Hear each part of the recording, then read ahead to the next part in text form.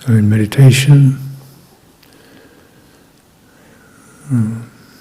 cultivation of a kind of stillness or relinquishment of movement, unnecessary movement.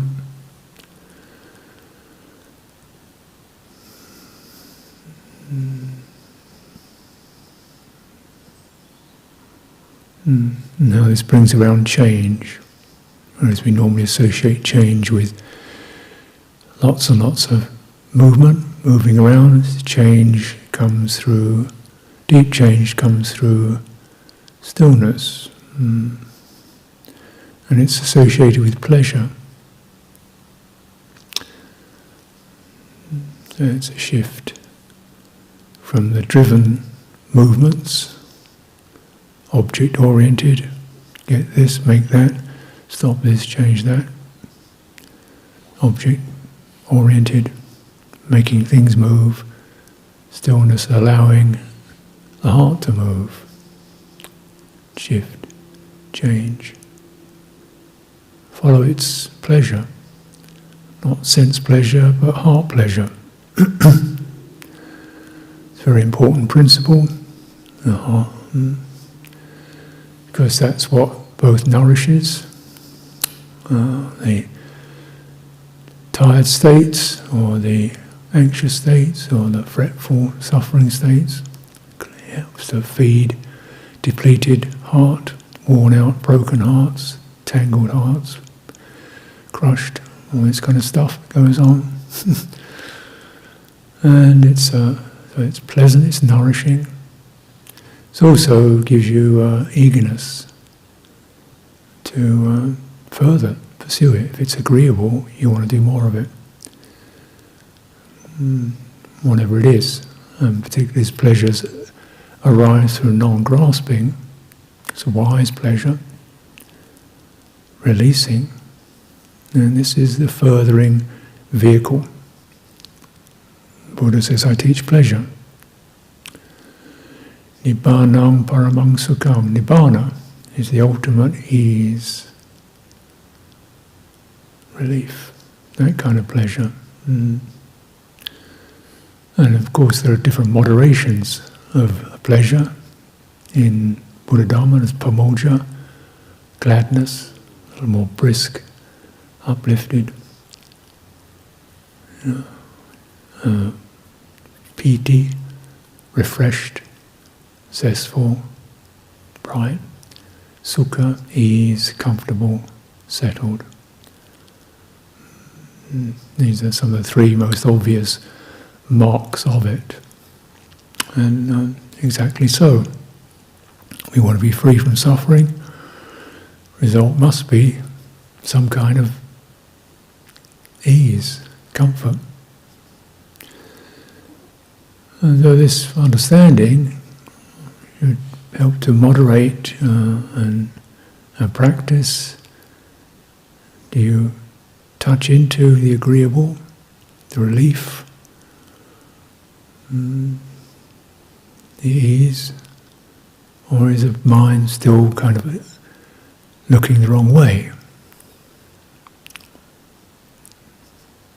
Looking for sense pleasure or pleasure in doing and being and having and making, or is it something that's coming from instructing it to look at the ease? Whenever a moment of agitation subsides, or a fear is allayed, irritation is resolved, relinquished, not suppressed, but enough of that. Get bigger than that. Don't get snarled up in the tangles of the world, tangles of social contact, comparisons and contrasts, who's right and who's wrong. Lift beyond that.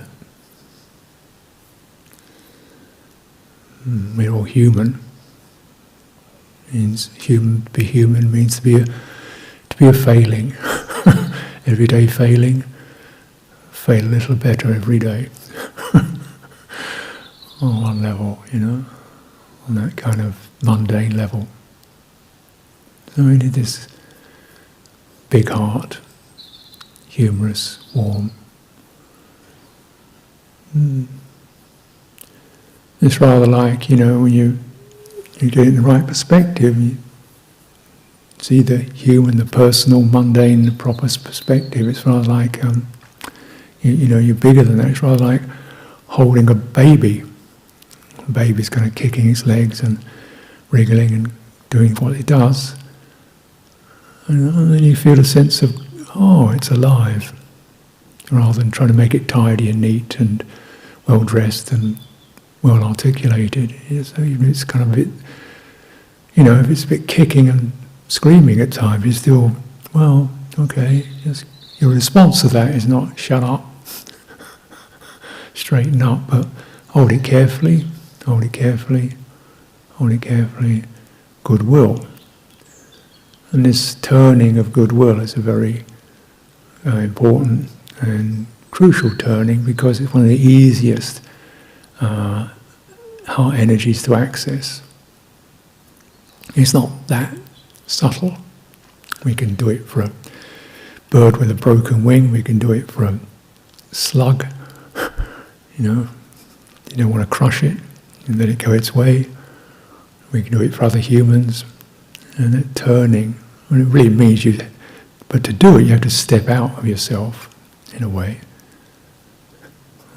That's why sometimes it's most difficult to experience it towards myself, because we take ourselves so seriously and so, anxiously to make sure we're doing it right, getting it right, and being what we should be, and never proper, correct behaviour, correct this and the other. Well, wait a minute.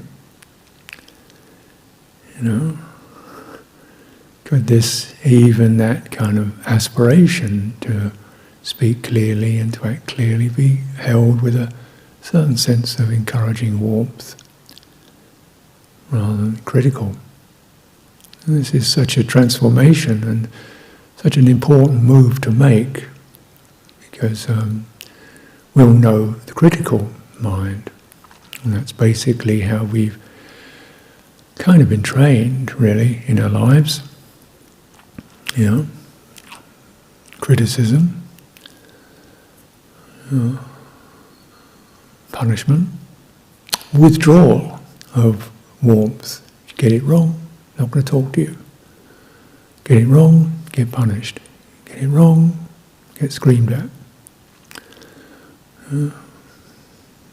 So the withdrawal. So eventually, if you get it wrong, it's going to be some bad news coming your way. But you realise, if you want to learn, how can you learn without getting it wrong? Otherwise it wouldn't be learning, would it? The person who can't fail isn't going to learn, are they? Consider it, because if you got it right, you're not learning. You're actually right. The learning process is that uncertain. Well, this, that. Oops! Oh, well, that was it. That's why the Buddha says it's great gain to really see a transgression as a transgression. So this is progress. And so that is not kind of justifying, just, this is, you're dealing with a conditioned process. So very important to cultivate that, also to know what does it mean, getting it wrong. Powerful words, right and wrong, aren't they? They carry incredible power over us. The justification, the moral grandeur, the more high moral ground. Pretty hideous territory. And then the cringing, failure, rejected. These are terrible terms when they're held in that way, aren't they? And I'm sure those kind of impressions are stamped upon us pressed upon us, however subtly. So it's pausing, the ability to pause, lift. That's the sign of the learner. A learner can always pause, lift. You should do it frequently. You're doing anything with your hands, craftsperson, painter, writer, you write, you look at it, check it, pause, what's that? No, just too much, not quite there. Oh. You do that frequently, you don't consider it a negative quality, it's a necessary supervision. And so there's there's movement in there, but it's not just the movement of, running forward, it's a movement of wisdom. Wisdom as something that surveys, scans, assesses, and what do you notice? Okay? Thoughts are deceptive. We can blame, we can judge, we can say we're right, we can say we're wrong. Thought can tell you any old thing. Yeah. As we notice, people can justify terrible things, and they can also completely miss out on beautiful qualities. Thinking mind is not very accurate in terms of self-assessment, real assessment. Probably more accurate, heart qualities of feeling grim, feeling tense, feeling stale, feeling stagnant, gloomy, locked, or bright. Heart tones. As you're practicing, noticing those heart tones, cultivation of goodwill on a subtle level. It's not just about towards other people, but maintain that heart tone as you're cultivating. Maintaining that heart tone around and noticing when you get to these dull places or tense places, and pause, lift, what's happening? Fighting, fainting, flustering, breathing. And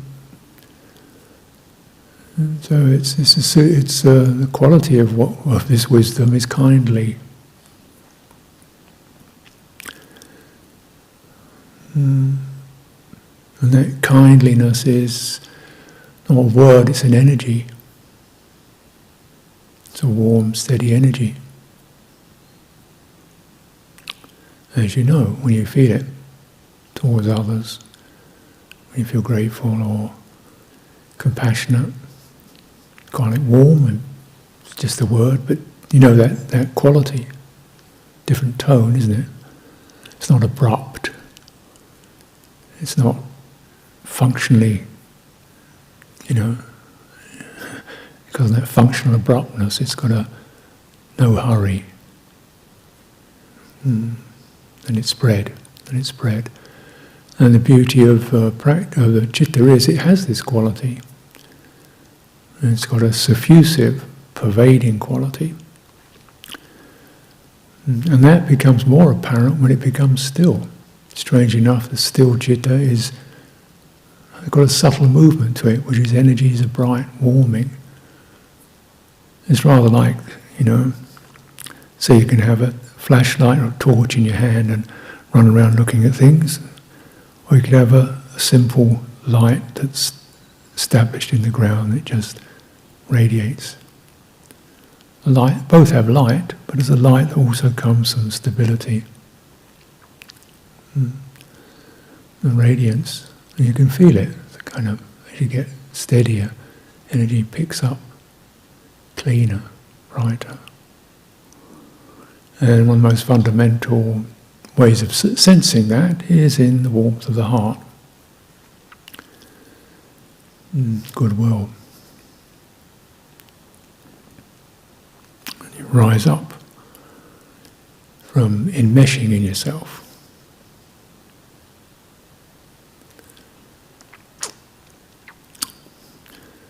And trust what the goodwill will do.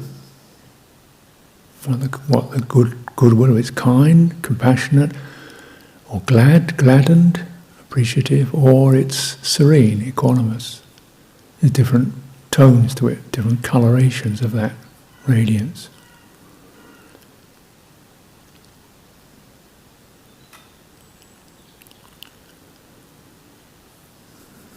And you notice it, which one liberates, unlocks.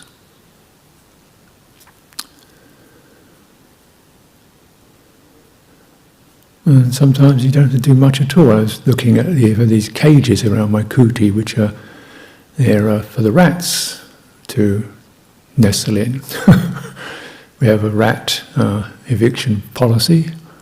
When they get it, obviously rats have got to live. So, but don't want to hurt them. But when they start chewing the wood on your kuti, you're thinking, one has to take a stand. Trying to chew wood, the bottom of my kuti out. Please, rats, let's not. So you get some cages out to capture the rats and take them off to some more natural place. Of course, the rats are pretty savvy, and they generally, neatly skirt all the traps. Or circumambulate them. I've never seen a rat in a trap yet, but they're there if they want to. And Dan gives them libations of peanut butter and things like that. Okay, so, one morning I'm hearing this kind of clatter, clatter, clatter, clatter, clatter, clatter. Oh, something's in the trap. Because there's a magpie. There's a magpie around my kuti, he's got a broken wing. This magpie can't fly, so he hops around. And he got stuck in this trap. The trap had closed behind him. This magpie stuck in his trap. It's a box. It's not got any fangs on it or anything. It's a simple, harmless trap. So, okay, magpie won't open the gate for the magpie to get out. Magpie's so freaked out that somebody's picked up the cage. Magpie's fluttering, fluttering, fluttering. You think, get out, magpie. Magpie's frightened. So I'm going to put my hand in there and make her even more frightened. So I think, best thing to do, give it a little shake. The magpie's even more frightened. It's cluttering up the closed end of the cage. So okay, put the cage on the ground, open the door, walk away. So me, with good intentions, trying to drag the magpie out doesn't help. Me with compassion and concern for the magpie, that case didn't help. Basically just open the space, step back. Magpie calms down, finds its way out.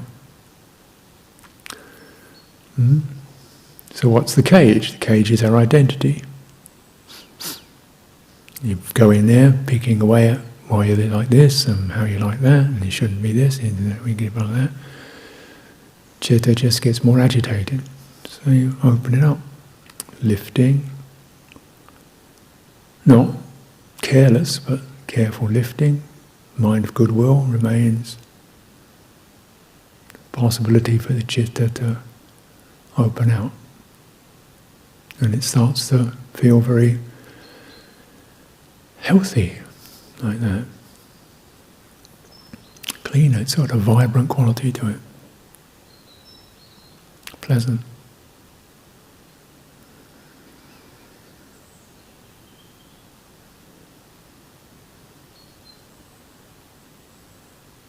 So we're using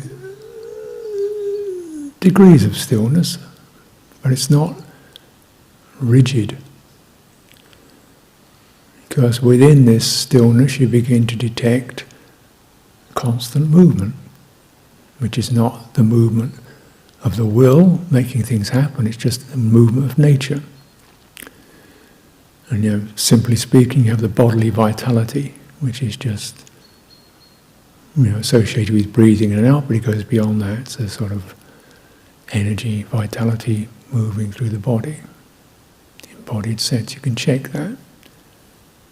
And that's a practice in its own right. If it's just stuck in your belly, stuck in your head. You need to widen your attention and scan more fully over the entire body. The vitality, as you breathe, will then spread through the entire body. It means a certain softening of the body, relaxation of tension, willpower, but not an abandonment. The goodwill, I could say. So it's not just a complete, abandonment, but not a driven willpower, but more like a quiet goodwill, which could be anything, like could be just openness, with no pressure. It's the removal, primarily, of the forces of ill will. And these forces of ill will, as they become, obviously, are personally configured, but the social force of ill will is the command. It's the you should. It's the you. That's a form of ill will, because behind it comes, if you don't, there will be punishment, rejection. So often imperatives have behind them in the shadow hostility. So and yet we're saying there is something to be done, but the quality of the imperative is an encouragement rather than a command, an invitation. So just be on the lookout for these socialized forms of ill will, the demand for progress, the belief in straight lines, that you can go from this to that to this to that to this, the sense of speed, how fast, how slow, these comparisons in this sense. All you need to assess really is suffering, non-suffering, skillful, unskillful. How does that get moderated? The rest of the measures you put away. The goodwill mind is called the appamano, no measuring.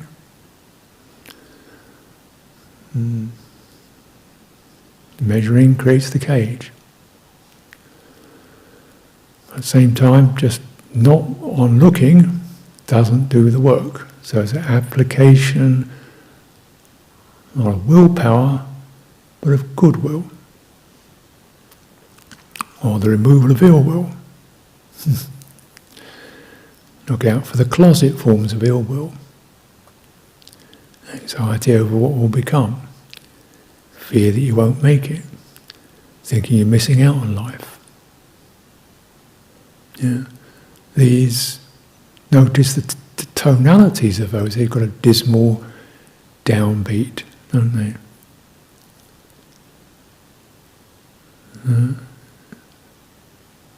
Stuck. Have to do this every day. Stuck for the rest of my life. Stuck in this. No more fun. Stop. Wrong tune. Convincing, but wrong tune. Just, life is breathing, doesn't it? Life breathes, life flows. The moment's uncertain, next moment happens by itself. Ease, ease, ease. Moving out of the worldly time frames, currents, imperatives, checkered flags, goals. Sustaining goodwill. Quality of goodwill, or the energy of goodwill, is particular vibrancy to it. Pick that up. Chitta is warmed by that. So he's cleaning.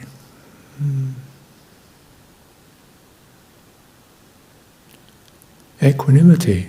Just, it's going through this now.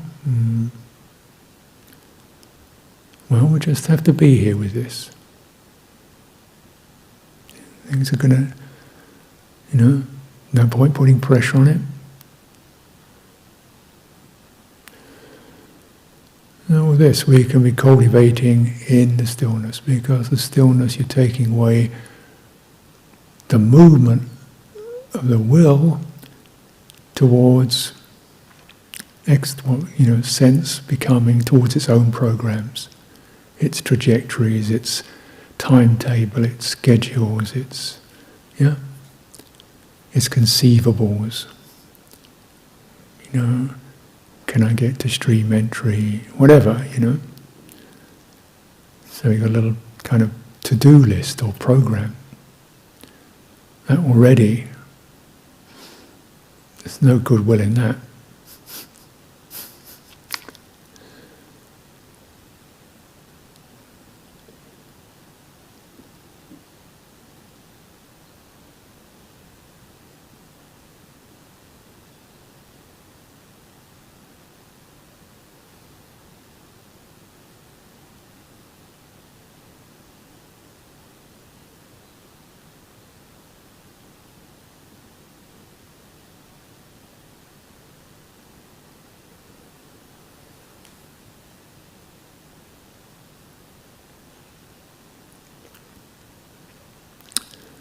It also means was encouraging to get close.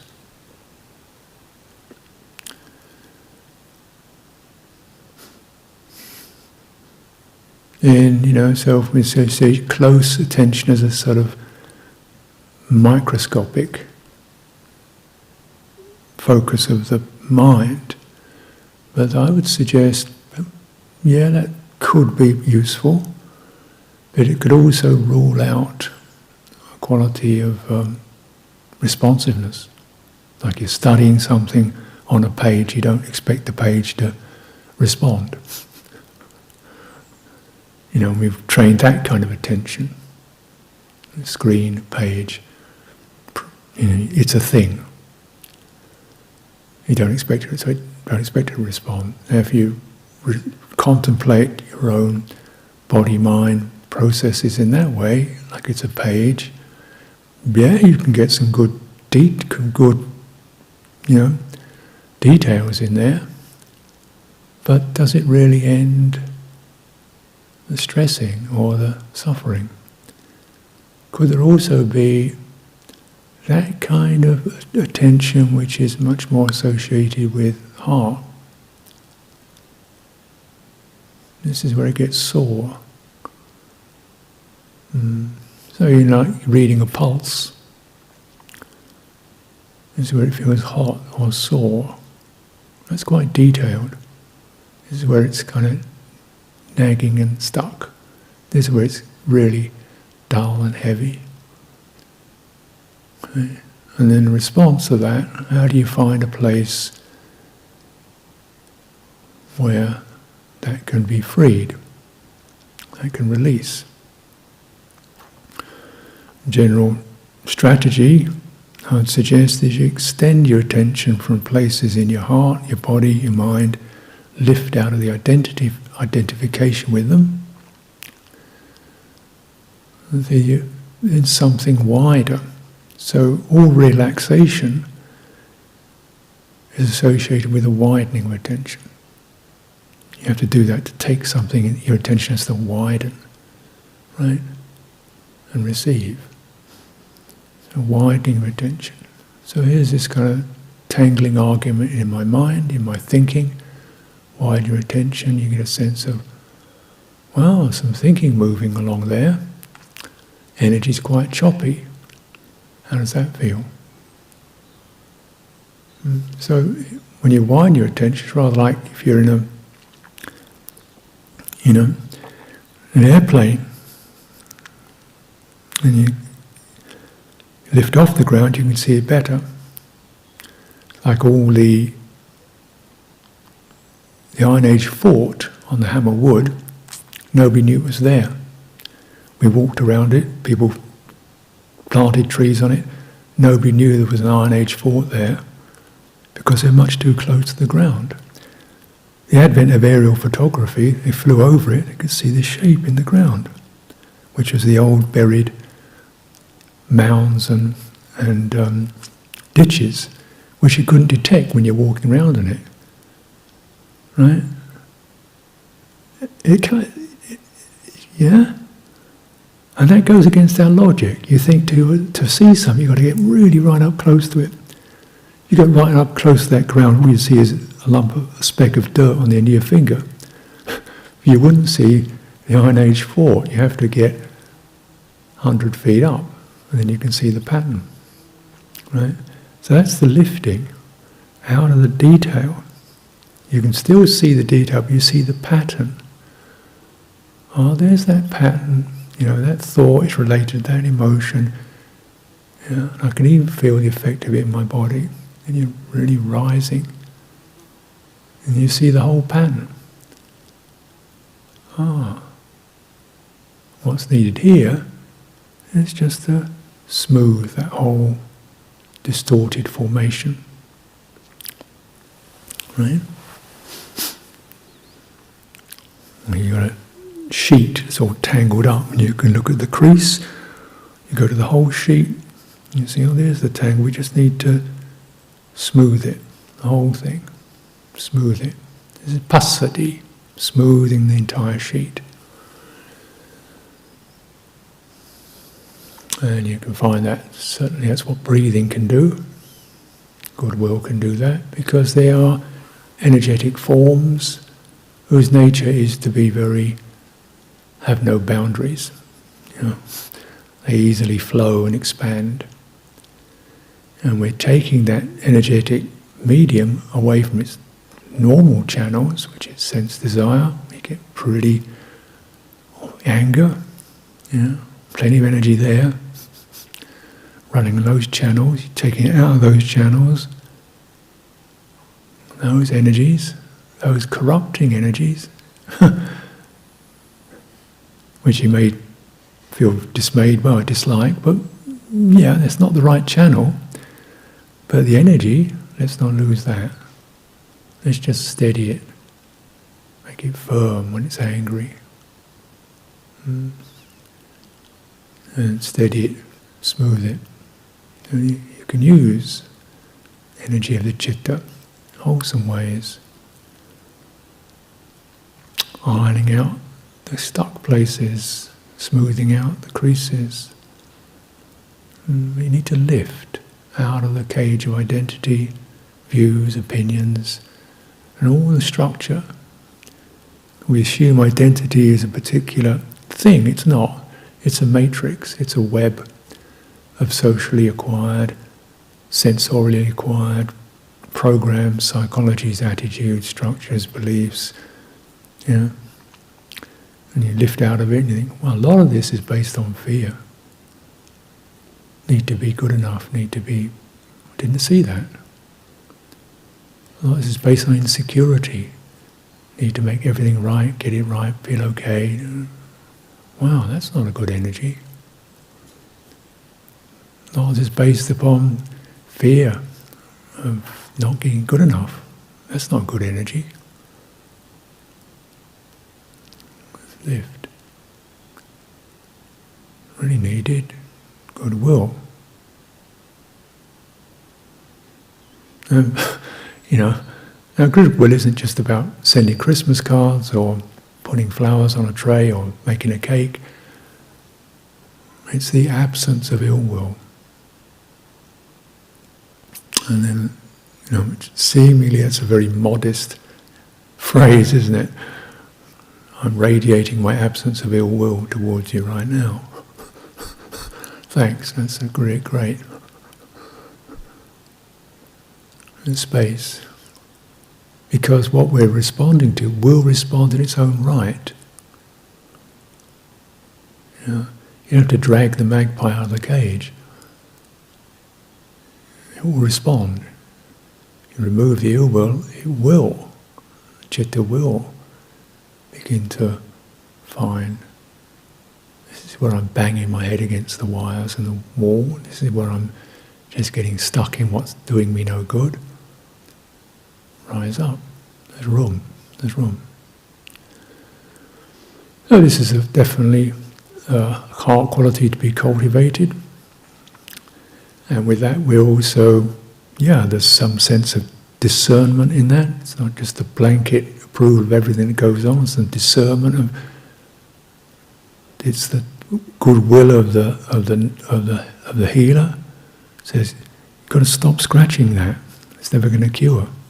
It's a firm goodwill. It's a patient goodwill. I'm sorry, you're going to have to wait, take this medicine for another week before you get well. Patient goodwill. You have to do some exercise. You want to do that. It's patient, it's encouraging a goodwill, but it's always marked with that moving you forward rather than dragging you, pushing, or shutting things down. There's the possibility. Things change. Everything can change. It's changeability is one of our themes. Mind that seeks security, understandably, gets a bit agitated about that. You attend to the right thing. The sense changes, the sense world changes, the people change, the days change, the weather changes. What remains constant is one's abiding in comfort, in ease, in heartful goodwill around all that. This heart can then expand to cover the sense world, karma, personal history. It's measureless, it can cover it all. And that's why it is to be encouraged and sustained as an abiding.